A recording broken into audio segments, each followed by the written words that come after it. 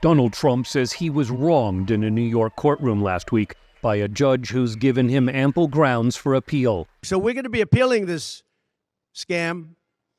We're going to be appealing it on many different things. He wouldn't allow us to have witnesses. He wouldn't allow us to talk. He wouldn't allow us to do anything. The judge was a tyrant. Trump was convicted on 34 counts of falsifying business records to hide payments used to illegally influence his 2016 election. Trump says the trial was rigged by backers of President Joe Biden. Biden says Trump's convictions reaffirm that no one is above the law.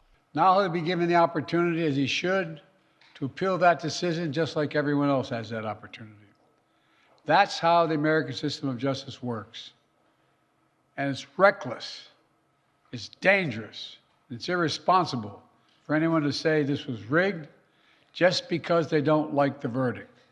On appeal, Trump attorneys may start with whether the statute used to prosecute him was overly vague, says Georgetown law professor Abby Smith. The statute itself so broad or ambiguous that it could cast a net too widely, and people caught up in that net wouldn't know exactly what it was they were facing, wouldn't understand what the law proscribes and what the law allows, given the wording of the statutes. Smith says Trump's attorneys might then look at whether the trial judge allowed in evidence that he should not have, or prevented evidence from coming in for the defense that he should have allowed. When we wanted to do things, he wouldn't let us do those things. But when the government wanted something, they got everything. They got everything they wanted.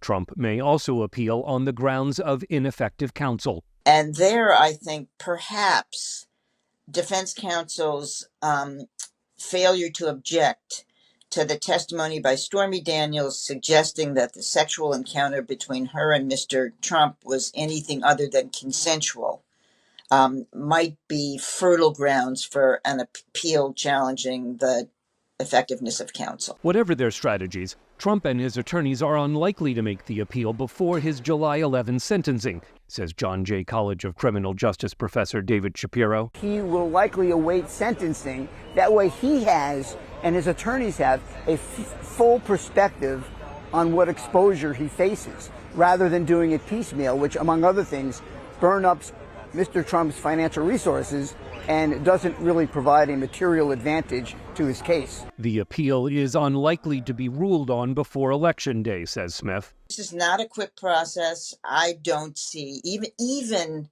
if the appellate division regards this case as special and urgent because of the presidential election, I still don't see that happening before November.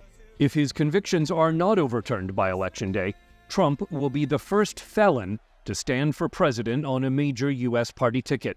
Scott Stearns, VOA News.